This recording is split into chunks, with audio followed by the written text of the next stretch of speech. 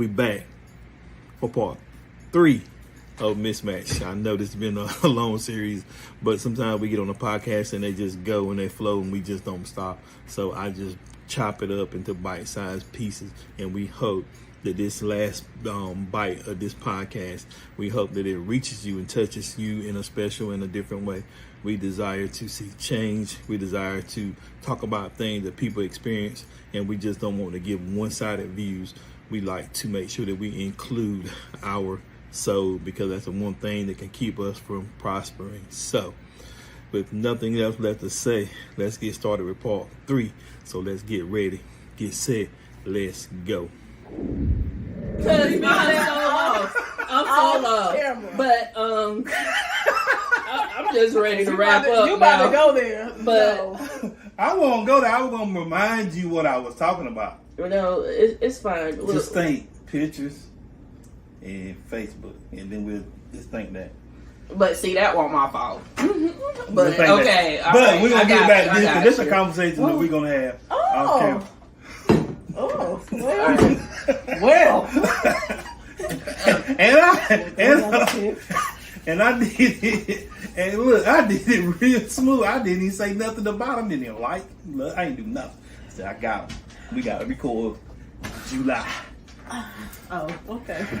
But we're going to have a discussion. So let's get back to what we're supposed to be doing. Lonely is our next thing, which is feeling unfulfilled. I think that's kind of what happens doing us being impatient. We start to feel. And I think even the best of us go through lonely spells. But that's why I think single groups should be much more than what they are. I mean, we should really because honestly, what you get to do is you get to experience the opposite sex without having a commitment to them. Mm-hmm. So you get to be around men who think different, and a lot of times you'll be around some men like, you know what, I like that about him. Mm-hmm. You know what I'm saying? And I think sometimes when you're around people, the Lord will show you something about them that your spouse might have. You know, so sometimes it's good to be around them. You learn how men think. A lot of times, men think a certain way because of what they hear. Mm-hmm. Most of the time, they don't hear that stuff from the men, and so it's hard for you to gain a perspective from somebody that you never thought about or you never had a conversation with to think about. I can tell you one that we had, and I was being funny, but we were having a conversation about men paying for dates when they go out with women. And I was telling them, I said, I think until we become an item, we should pay our own bill because we both are investing. So I said, which it made all the women mad. And I get it.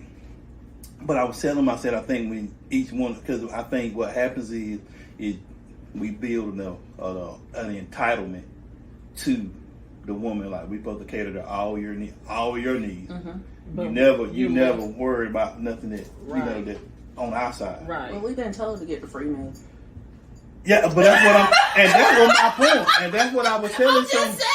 But I was telling That's them, how we were raised. and they try to make me feel bad.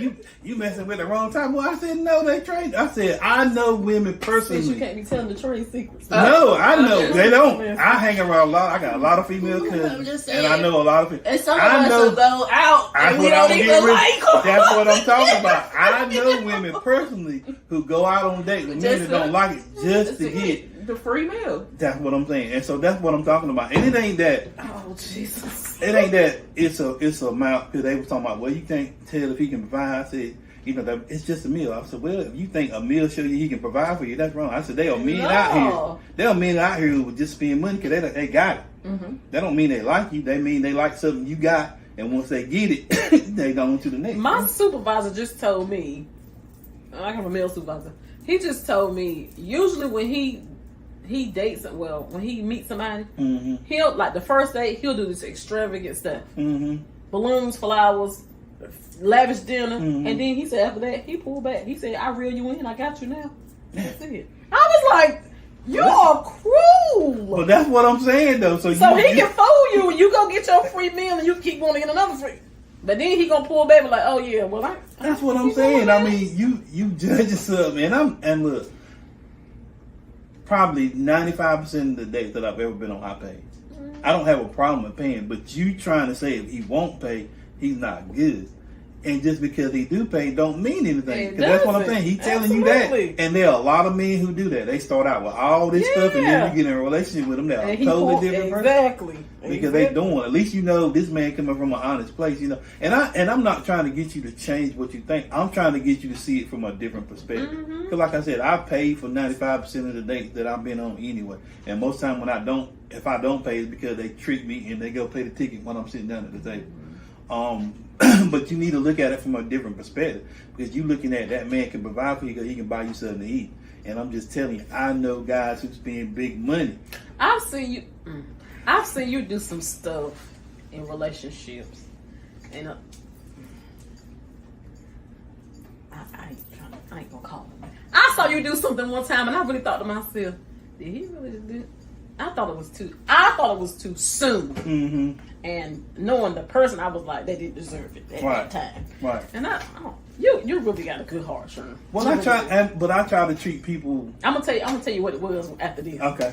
Let me say this. And this has always stuck with me because I like security again. Going back to security. When I left to go to college, my mama always said, if you ride with somebody, make sure you have some gas. Absolutely. And I think payphones were a big thing. She was like, make sure you have enough money to get back home if you ride with somebody. She said, if you go out on a date with somebody, make sure you have enough money to cover yourself in case. She said, ninjas. Start tripping. So that has always stuck with me, and that is something that I will teach my daughter as well, because you never know, and you don't want to be left in a situation. Now cell phones are a big thing, so all you're gonna have to do, but have your cell phone or whatever. But make sure that's always been. Look, we go out. I got enough to cover me, whether you cover me or not. I'm gonna be good. I'm gonna eat. Yeah, it don't matter. So I'm gonna get home. Yeah. I've been out of state. My mama always say, make sure you got enough money to get home in case that nice gentleman, she didn't say, in case he starts tripping. And that has always stuck in the back of my head, and that's something that I will teach my daughter. I think that's a safety thing. I'm not expecting, if you trip, I'm good. If you want to pay, that's fine. If you say I can swipe my card or I got a little cash, Let me add to yours, because Brenda Dawson said this. Not just the money, but make sure you have washcloth, soap, underwear, and extra clothing in your vehicle or wherever you go with in your bag, purse, just in case you don't make it back home. Right. Like, we ain't just out here blind. You shouldn't be. I mean, I got a daughter. I want her to be treated well by me, but I'm going to teach her what I need her to know. Yeah. Like, if that joker he start tripping. If you don't have it, cash out daddy, because we got that now. Apple Pay me. Yeah. I got you. Right. Matter of fact, I got him, so you can get back to where you need to get if I need to. And I know. Call Aunt Nisha. She coming fully loaded. That's how I start tripping. He already knows. I know. I ain't paying for no dates. I ain't paying for no dates. I don't do extracurricular activities. I'm not doing that. You call Auntie. You know the call. Man, that mess is crazy. You have to I think that when we so hard stance on something and we refuse to look at it from a different perspective, we can lose some stuff. And it's not. I just think as long as we see one and another as one being higher than the other, I think in relationships, I talk about this often, is you have to go in a relationship with a service off. Absolutely. You in this to serve or outserve the other person. That's how I look at it. Like, I want to make sure that you're good. You know what I mean? And I think if we go in that keeps us humble, keeps us from getting so high, keeps us from being so frustrated with certain stuff, because I can't change you. Only you can change you. I can sow seeds, I can water seeds, but I gotta wait for God to get an increase. Absolutely. You know what I mean? And then if I know that I got weaknesses, I don't look at this other person as they're unfixable. There ain't nothing that can be done, because I know what the Lord has done through my life with me over the last few years. And so I know that He can work on it. And then it gives you compassion. once you know that God was patient with you, even though I kept picking my preferences and you kept telling me they were wrong, and I kept doing it, you still saw right to make it right for me. And so I have to have the same patience with everybody else. So the feeling of loneliness is what we were on. Can I go back to something too? Go ahead. With the expectation, a lot of women have this expectation of going to these fancy places, and it might be a date going just for ice cream could be the best thing. But I think, you know, bookstores, I love the bookstores. You know, that's my. Take me to the bookstore and let me buy a book. Oh my God! But or a journal. But I think a lot of women have this expectation of, and what is this new thing? Fly me in or something? Oh yeah. You know, that's that. Yeah, what is it called? Something like that. Going to, I forgot, these men. When they fly you out from where you stayed to where they at. Or whatever, you know, yeah. I mean, I've been flying by myself, so I mean, but that ain't going. I think, well, you know. I'm paying for your plane ticket, I'm paying for your room, and yeah. you get to come see me. They never flown anywhere before he did. It's a thing now. But yeah, it's a big thing now. But I missed all that. Oh, yeah, what I'm saying is, I think sometimes people get fooled by all this glitz and glamour, and they forget the small things really matter. You know, building that conversation, building that communication. You know, going for a walk at the park. It don't cost nothing. No. And let me say this. This is just me. If I'm dating somebody, I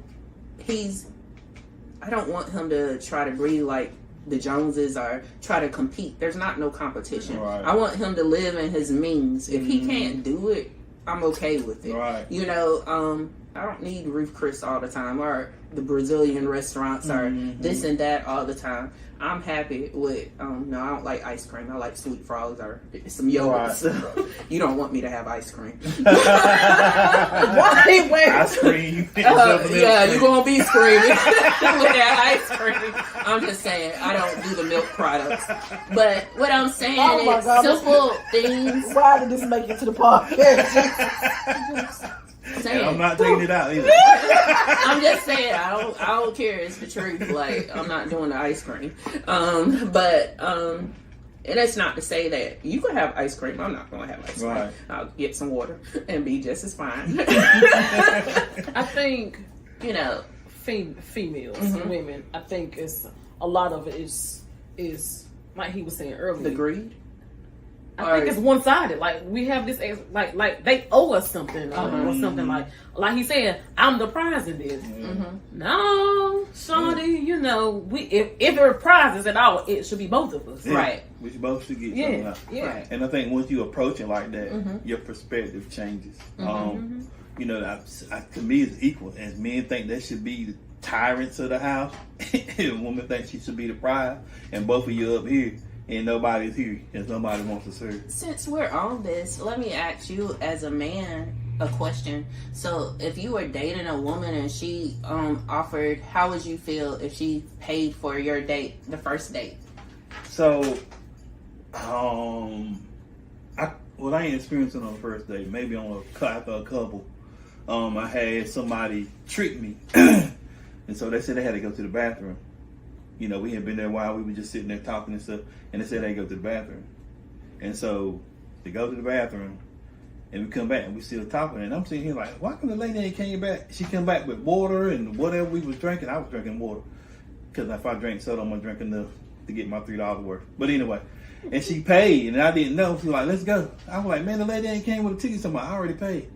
I said, what you do that for? You know, because, you know, honestly with me, it ain't no big deal. But what it made me realize is that she won't just looking for a free ride. And so sometimes with men, and I tell, and the same you talking about, I heard it won't be $25. The same, if you invest that $25, that man will look at you different because he know that you serious. You know what I'm saying? He know that you willing to put forth. And a lot of times, men who looking to build something, they want to see somebody who want to partner with what they're doing. That's what I'm about. So I will have a different perspective of her. And And like I said, I've learned now that I don't want to miss my blessing. So if somebody wants to do something for me, I just let them do it without arguing with them. Mm-hmm. But I mean, it's different because you don't get to see that a lot. Mm-hmm. Because like I said, you were taught as a woman that you are a prize. Mm-hmm. And when you have that perception, then you will always think everything should go your way. Mm-hmm. But it can't be one-sided. It can't be. Relationship, friendship, marriage, it just can't be one-sided. Everybody's got to be pouring into. And then let me say this too. So it's like, so you have an expectation, and I know they're gonna say it's unequal, but you have an expectation for the man to pay everything. And so if he have an expectation of your body, you got a problem. Mm-hmm. Right. Even though your expectation is different, it's costing him something. Mm-hmm. But when he have an expectation, he wrong, he's a dog, he's all this. Mm-hmm. But no, he have an expectation, and I'm not saying that equal. Right. I'm just saying he has an expectation, and so you mad because he got one, and then he done spent. Let's say he go out and he spend like this guy you were talking about. He spend $500-600 on a day. Mm-hmm. There's some guys who spending $5,000-6,000 on a day, flying you out, taking care of your motel. He spent all that money. You thinking what is it in exchange for? And girl, you already know that man spent $5,000 or $6,000 on you. He want some goat cheese. That's what I'm trying. And that's my. Let's just be real. We're gonna be real here. There was a TikTok on that the man flew this woman out. Oh, I seen that. And one. she wasn't willing to give, and he went off on her. And she would have found her way back home. Didn't he leave her? Yeah, he for left her. her. And that's the expectation. Yeah. That was because He was trying to put her out the room. Yeah. The expectation, that TikTok, he had did all this, and the expectation at the end, and she didn't want to put out. Yeah. And so 9 times out of 10, that's the expectation. They might be a few sugar daddies, that might. But honey, the majority of these jokers, if they spend $50, they want. That's what I'm talking about. Like, buy you a kid's meal. You spend $5,000. He want you to put out. Come on now. Let's come with them expectations. Yes. Just like you got them, he got them. I'm not saying they are the same. No, but not they are saying it's right, expectations. but I'm just saying that's the expectation. Yeah, and you know that when you do the man. Yes, you know that. You do. Don't put yourself in. No. That's all I'm talking about. Mm-hmm. Don't do that. You Come know on now. this dude spending that kind of money. Right. There's the expectation attached to that. Mm-hmm. And so, Girl, fly yourself out. There's no don't expectation. don't ask a man to do something for you that you That can't you do won't for do yourself. exactly. Mm-hmm. You know, I mean, just quit doing that. It's just a bad mindset. It's a bad habit to get into. That's unsafe too. Like It is. I mean, these he dudes could've is told crazy. him about Yeah, he could have killed that girl. anything. Now. And she Come got on better. now. And you how many thousands of miles away from home, man? Yeah, y'all been talking on the phone, Yeah. doing video chatting, FaceTime. You've been doing all this stuff, and now I'm gonna fly you out. It is a term for I cannot think of what it is called.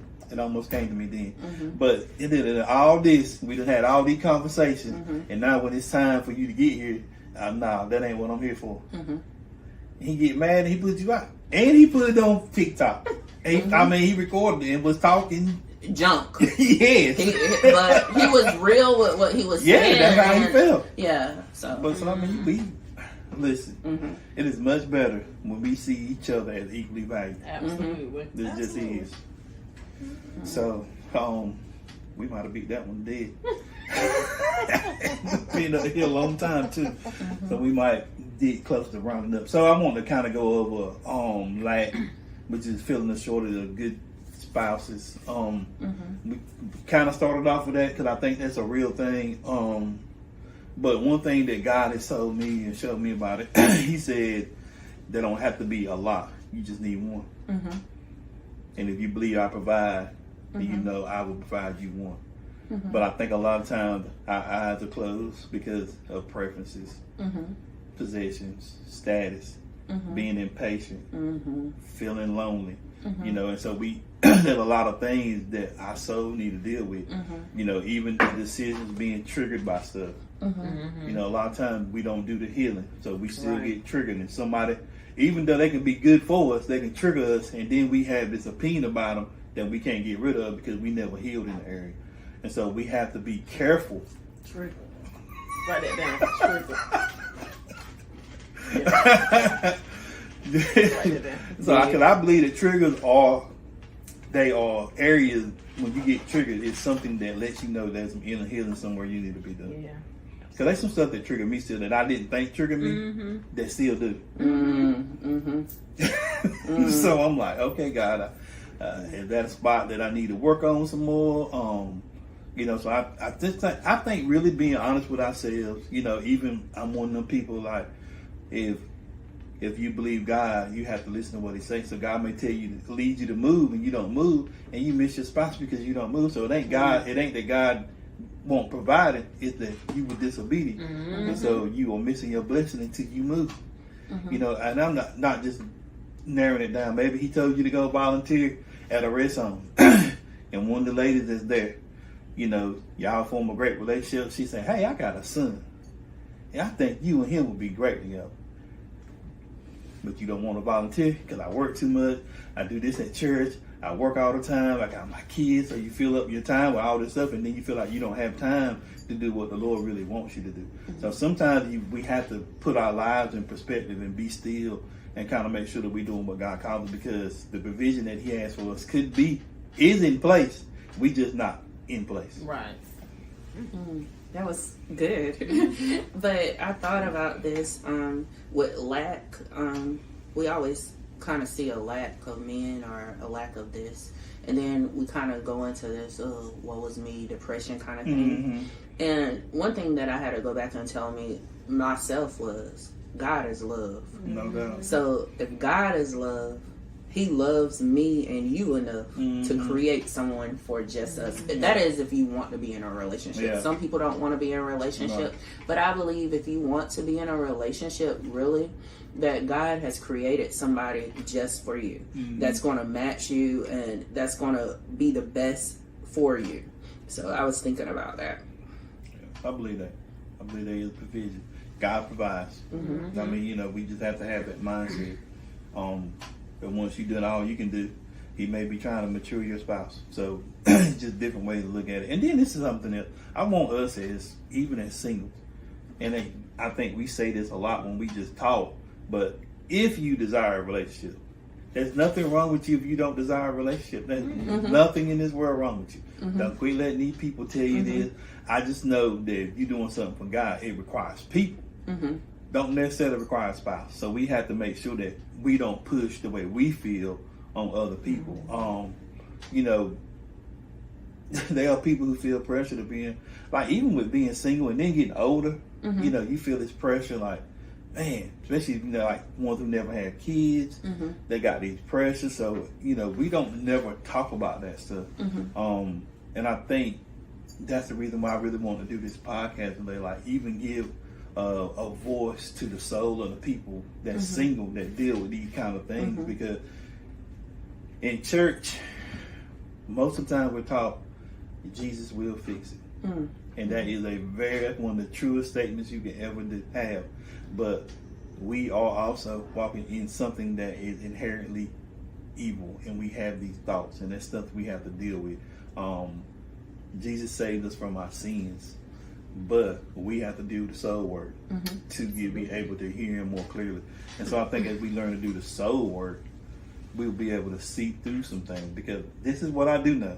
If you feel like there's nothing wrong with you, then there's something wrong with you. It is. Absolutely. Something wrong with all of us. There ain't no doubt. Yeah, We're not perfect. Yeah. Well, God works perfectly through our weaknesses. He does. And so when you don't see yourself as weaknesses, He don't have an area to work in. And one of them areas that He can work in is providing you a mate that will help grow you and help heal you in these places. And so Say that last part again. heal you in some place. Because we talked about this some too, but I think a lot of times we think we going into relationships completely healed. That is not the case. Absolutely not. I think you heal to the point. I think when you heal to the point that you know that you have weaknesses and you are aware of your weakness and strengths, I think then you can be put in a relationship, because you know that there are areas that you need to work on, and you have been honest with yourself. Because I think it's just like you were saying, like joining accounts. you've been doing it yourself for a while. Mm-hmm. You have to provide. You have kids you want to look out for, and you don't want to leave them lack. Right? Can you hear them? And so, as a man, I have hear to. that noise? I ain't going without. As a man, I have to understand that. Like now, look, I don't want to put you in a place that you feel like you can't do X, Y, Z. This is what we're gonna do. This is gonna make you feel better. I'm willing to do it because I'm here for you, not for you. What you got. And so I think if we look, that's why I said I wouldn't mind if that's what she wanted. I would do it in a heartbeat. But we just have to be aware of where we at, and we have to be willing to grow. And I think, to me, when we are at that point, we are in alignment and ready for relationships. Very good. That's good. So I think our last is scared, and we'll cover that and we'll close out because we've probably been on here about an hour and a half, maybe. We have. Okay, so scared, which is the fear of not having a spouse for those who want one, the fear of choosing the wrong one. And I think I may have that. I think I deal with that a little. I trust God. Well, especially after being with The wrong stuff. narcissists. Yeah. Yeah. And the fear of the unknown. I think them are two that I don't think I fear of never having a spouse. I don't think I fear that. It may be different for women. I don't think I think have. I did. I think that's why I ended up marrying who I married. Cause I ain't gonna say I think. I know I had that fear of never, because, like I say all the time, as I don't think we're groomed for marriage. I think other cultures, other races are generally groomed for marriage. We're groomed for, you're going to go to work, you're going to go to school, you're going to do both. And there's not a lot of talk about marriage. There's not a lot of healthy marriages in our families. Right. And so I think I had that fear of never being married because I spent a long time of my life with one person and we never got married. So I think, this other person came and I married him, but I knew I should not have married him. Right. And that's when you know that, I dealt with an area of guilt with that for a long time. Yes. It's like, I knew better. Yeah. I did. But let me tell you, the day I got married, I don't know if I've even shared this, but y'all, I had such an anxiety attack that it was crazy. Right. But it wasn't that I was nervous. It was, I knew I was, and not only that, once we got inside, well, we see the justice of the peace, but my dad, who never says anything, he's just a loving guy. My dad said, "Are you sure this is what you want to do?" This is in front of his dad, standing beside him. Your dad is here. He said, "If you get back there and you decide you don't want to do this, I'm standing here with open arms." Wow. And the only thing I could hear the whole time I was back there was my daddy saying that. I don't even remember saying I do, I will, or nothing. I remember my daddy saying, "I'm here." And visually I could see my daddy with his arms open. Right. Wow. And I'm thinking now, I'm like, yeah, I should have just went on back out there into my daddy's arms. I really should have. But I'll say this too. It was rough. It was what it was. It was terrible. Well, God always gives us but a way He gave out. it to me. He always gives us a way out. Yes. And I experienced some of the And same I things you're learned talking about. what I needed to learn, not only about others, but about myself. And I learned that I was so much that I needed to heal. Right. So I'm grateful for that painful experience. Yeah. Yeah.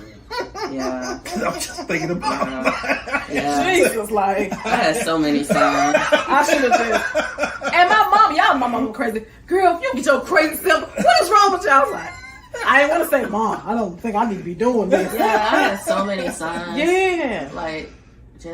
That was one of my worst anxiety attacks ever. And I knew. Yeah, absolutely. And that's the thing. I'm telling you, that's we know. But He'll allow us to do something.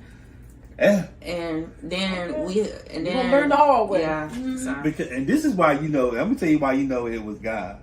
Because it stick with you. Yes. It's like, because even it's like you remember this, that, and it all comes back, and then it all ties together, and then it all starts making sense, and you be like, He tried to tell. If my mom would have said that,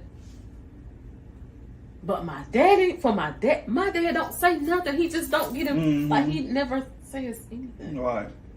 I know. Y'all want, I don't want to get in my feelings. All right, wrap it up, Sharon. Wrap it up. Let's go. Let's go. Wrap it up. Let's go.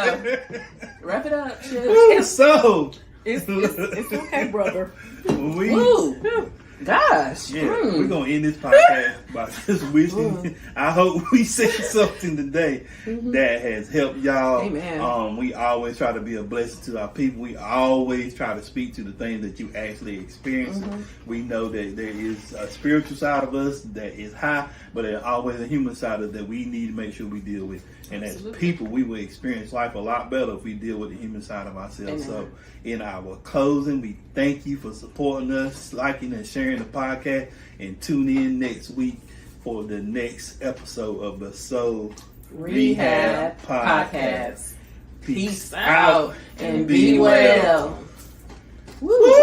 That was getting heavy right there. I'm sorry, y'all. I felt